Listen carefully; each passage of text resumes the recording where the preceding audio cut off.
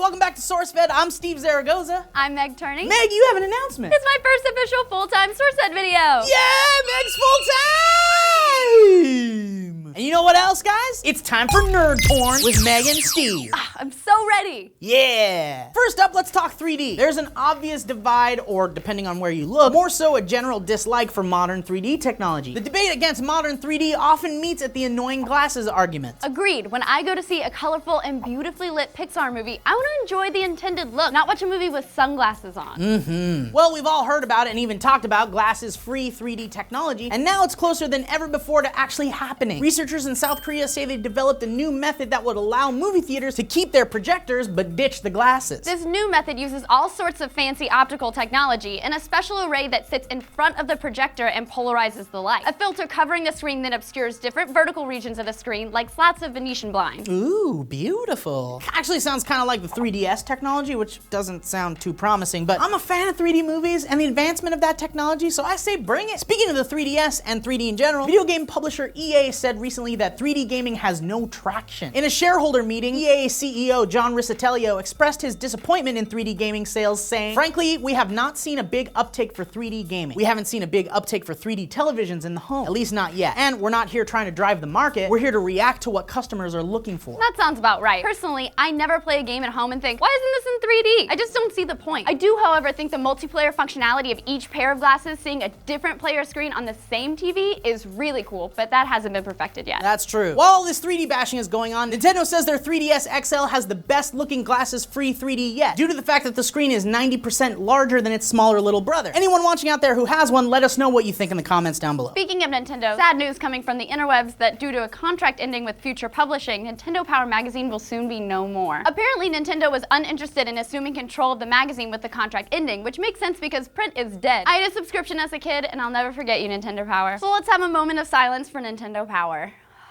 No.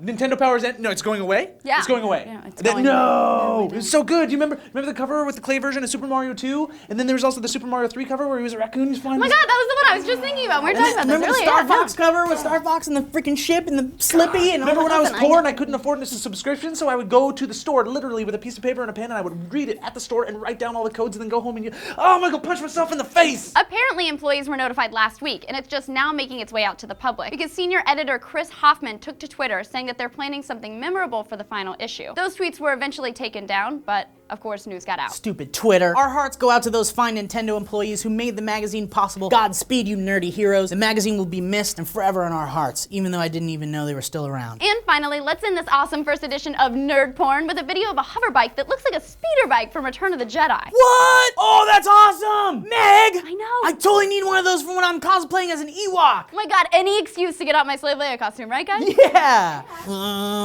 Yeah. So do you guys think 3D sucks? Sad about Nintendo Power kicking the bucket? And what's your favorite Star Wars vehicle? Tell us in the comments down below. Please hit like and subscribe if you haven't already, and click this annotation to go to SourceFed.com and see every video we've ever done and the 5 stories of the day. I'm Steve Zaragoza. I'm Meg Turning. Welcome aboard, Meg!